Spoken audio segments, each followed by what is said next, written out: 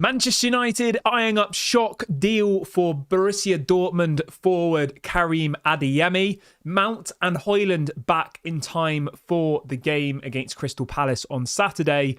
And fan reaction to the Old Trafford news. These are some of the stories we will be discussing on this evening's show. But before we get into that, please do me one small favour. Smash a like on today's video. Let's try and see 500 likes on this episode. And if this is your first time watching, please also subscribe to the channel. We're just about to hit 40,000 subscribers. So if this is your first time, make sure you get involved. I'm live every day at 8:30 and 6 p.m. UK time. Right. I want to start the show off by talking a little bit about the stadium again, because we did a video on this morning and we had loads of people getting their comments in. Everyone's got an opinion on this, and this is one of the things I love about football, because no opinion is right or wrong in football. Everyone can have their say, and I want to have this conversation with you all right now. How would you feel about the news that apparently Old Trafford is going to be knocked down and they're going to build this new stadium? Now, there was a lot of people, myself included, who really wanted Old Trafford to remain in a smaller capacity, a 30,000 capacity stadium. That was kind of what was being discussed, right? And it looks like Ineos have effectively briefed the media today saying that they've explored that option, but the cost in order to do that outweighs the benefit. Now, we did a bit of digging on this, and what it really says to me is that land that Old Trafford is on is incredibly valuable. They can build luxury apartments there. They could build a hotel there. They could build a shopping centre. They could make a lot of money. And the way that I see it is there are so many questions about how do Ineos fund a brand new stadium. And I think we've just pretty much answered the question there. They knock down Old Trafford. I mean, bulldozing a building probably doesn't cost that much realistically, right? They knock it down. That's the cheapest option out there for them. They bring it down, turn it to rubble, and then they put up either luxury apartments, or maybe they put up some luxury apartments, a hotel, restaurants, a shopping centre, all of which will generate money, which would then pay towards the stadium. Now, I get it from a financial perspective. I do. And I think, financially that makes the most sense. Of course it does, because how else are they going to get the money to build this new stadium? The only way they would do it probably is if they got outside sponsorship for the stadium. So like the new Manchester United stadium might be called like the Tesla Arena or the Adidas Arena or whatever it might be. Like Emirates Arsenal Stadium is obviously sponsored by Emirates. Man City Stadium's called the Etihad, which is obviously an airline.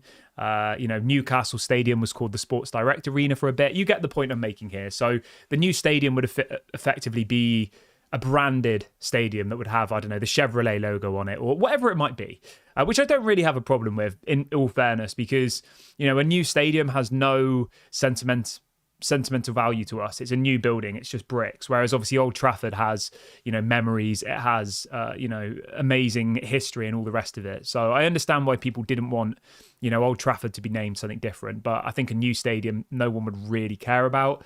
Now, I'm a little bit disappointed about it, to be honest. I am. But I do kind of get it at the same time, like from a financial standpoint. Like, where are they going to get the 2 or 3 billion to build a brand new stadium? Like that's the bit that I don't really understand. And as we've said, the only way that they're going to generate this money is by bringing Old Trafford down and, turning it into flats or turning it into a hotel or into a shopping centre or whatever it might be. Now, maybe that in the long run works out being better. Maybe it brings more jobs to the area. It brings more, because it is a pretty not happening area, let's say, around Old Trafford. There's not really much going on around there. It's pretty derelict, let's say. But I don't know. It all depends. And I would hope that someone in the chat earlier on this morning had a really good idea that they would keep the Old Trafford pitch there. So they get rid of the stadium, but they keep the Old Trafford pitch and have it as like a park or like a centre point, like around a new build apartment or whatever it might be, like somewhere where people could go and enjoy. But I'd be interested to get you guys' opinions. So please get in the comment section. Let me know your thoughts. What should Manchester United do with the stadium? Let me know your thoughts below. I'm always interested to see what you guys have to say. But moving on from that, I want to jump on over to Mason Mount and Rasmus Hojlund. Erik ten Hag has confirmed that both of the players are now back in first team training. He hasn't said 100% whether they're going to be in the squad. He says, we have so many games in this block to cover, so very, very happy. We have to make the final call. Hojlund and Mount did a couple of training sessions this week. We have to see how they recover, and tomorrow we will make the final call. So he hasn't decided yet whether Hojlund and Mount will be in the matchday squad. I mean, for me personally, like, if they've trained this week, they should be at least on the bench. Like, even if they just come off the bench for 10 minutes or 20 minutes in the game, if you've trained twice this week, they should be available to at least come off the bench. And let's be honest, the Premier League is the most important thing, really, isn't it? Let's all agree on that. As much as people want to go far in the Europa League, finishing in the top 4 is probably the most important thing for everybody. Financially, it will make us the most money. From a progress perspective, you know, going from 8th to top 4 would be progress. Yes, it's not going from 8th to first, but we have to be realistic. So, you know, if Erik ten Hag is saying that Mount and Hojlund have trained and they're available, I think they have to be in the squad, even if they are starting off the bench. You know, they're not beginning the game, but they come on at some point. I understand that it's a long season. I understand that they need to, you know, make sure that they don't bring people back too quickly. But if they're involved in first team training, then for me, that pretty much tells me that they're ready to go. I mean, I might be wrong. Obviously, I'm not a fitness expert on footballers, but yeah, we'll wait and see what happens with that one. Hopefully Mason Mount and Rasmus Hojlund are back for the game against Crystal Palace on Saturday, because let's be honest, right? It's a must-win game. I know every game is a must-win game, but Manchester United against Crystal Palace on Saturday, we have to win. We have to get revenge. Last season, they beat us 4-0 in that fixture. They haven't started the season particularly well. Obviously, they lost Michael Elise. They've only got 2 points so far this season. They've lost... How many games have they lost? They've drawn 2 and lost 2. They've scored 4 goals and conceded 7. So they've not had a particularly good start to the season, being completely honest, you know? So, yeah, I'm expecting Man United to go and get a result there. And when you look at the teams that they've played as well so far, they drew with Chelsea on the opening day, which wasn't a terrible result. They drew with Chelsea, yeah. And then they drew with Crystal Palace. Who else have they played? Let me have a little look. Obviously, so they drew with Chelsea. They drew with... Where are we? Come on. Just trying to check what other games. Obviously, they beat QPR a couple of days ago, but that was in the League Cup. Where are their fixtures? Fixtures. Here we go. Right, so they lost to Brentford on the opening day of the season. They lost to West Ham 2-0 at home. They drew with Chelsea 1-1 away, which was a good result for them. And they drew 1-2 with Leicester at home. Sorry, 2-2 with Leicester at home. It's a must-win game for Manchester United, it is. And when you look at the squad that Crystal Palace have now, they have lost some key players. And I actually now would expect us to go and beat them based on the team that we've got, based on the injuries. When we lost 4-0 last season, our team was in an absolute state. You look at their team now, right? They've got Decore, Wharton, Eze, Nketiah, Mitchell, Munoz, Lacroix, Henderson, Gahey, and Klein. Like, they've lost a couple of their better players, haven't they? They've obviously lost Michael Elise. They lost the centre-back. What's the centre-back's name that used to play for them? I can't remember his name off the top of my head. Obviously, they've still got Gahey. What the hell was his name? I know they signed a couple of players in the summer. Where is it? Let's have a look. Joachim Anderson. They lost him. They lost...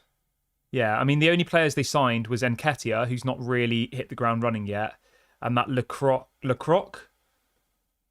from Wolfsburg. So I think their squad is slightly weakened versus what it was before. Obviously, Mateta is pretty decent and Eze's decent, but I think the rest of their team are pretty average, to be completely honest with you. When they've got people like Dean Henderson in goal, they've got people like Will Hughes, people like Adam Wharton. Adam Wharton's a good player, to be fair. Nathaniel Klein, Rob Holding.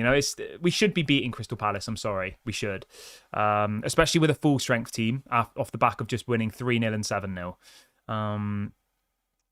So, yeah, that's positive. We've got a bit more firepower ahead of the game against Crystal Palace on Saturday. Daniel says, I've been a United fan for 40 years. It feels like losing Old Trafford is the final straw for me. It's the final insult. Wow.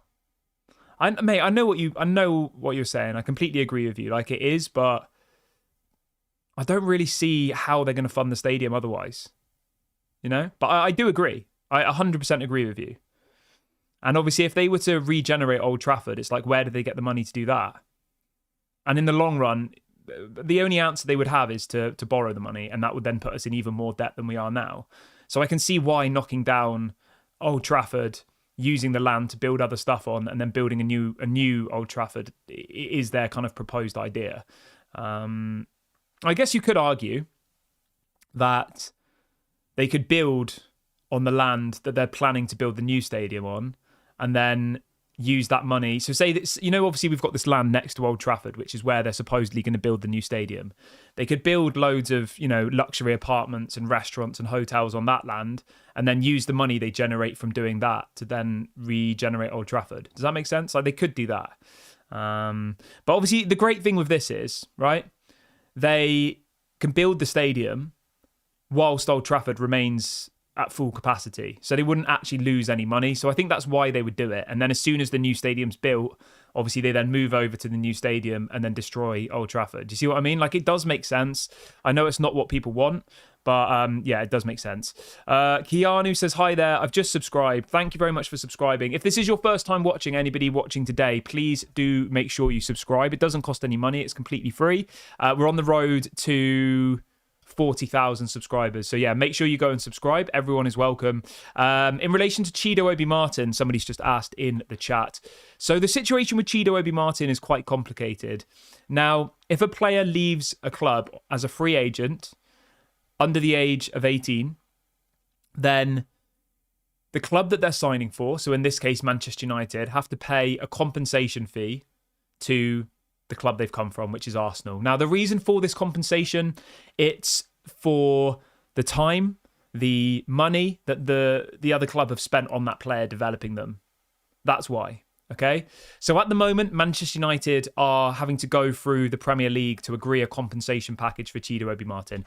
He's going to become a Manchester United player. It's, it is confirmed. He will be a Manchester United player. They're just waiting for the sign-off to go through. So, yeah, it's frustrating, but it is what it is, isn't it? I'm just seeing if there is any updates on Chido Obi Martin quickly. Yeah, I mean, at the moment, it's just the same thing. Like, we agreed the deal back on the 3rd of August. So it's been a very, very long time. So I can see why people are continually asking me this question, like, what's going on with Chido Obi Martin? But unfortunately, because of this situation, Manchester United can't register him as a Manchester United player until the compensation package has been agreed with... what's he called? With Arsenal. That's why, effectively. So, yeah, we'll wait and see what happens with there. Yeah, apparently at the moment it might be going through a court. There's various legal issues. They have to pay this compensation fee. I don't know how much it's going to be. I don't know how long it's going to take. My hope is that it will be the next couple of weeks. He is training. Not with Manchester United, though. He's training independently. So, yeah, the thing you have to remember is he's only 17. So if it takes like 2 months, it's not the end of the world. He is still very, very young. He's still developing. He'll still be, working now and, putting things into place. So that's good.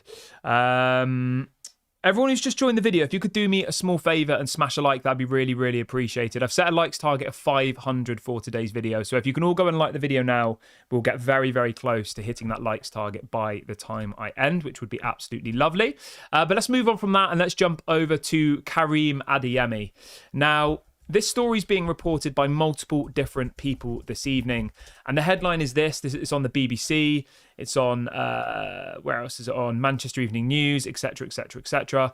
It's saying that apparently Manchester United want to sign Borussia Dortmund's 22-year-old Germany forward Karim Adeyemi this summer.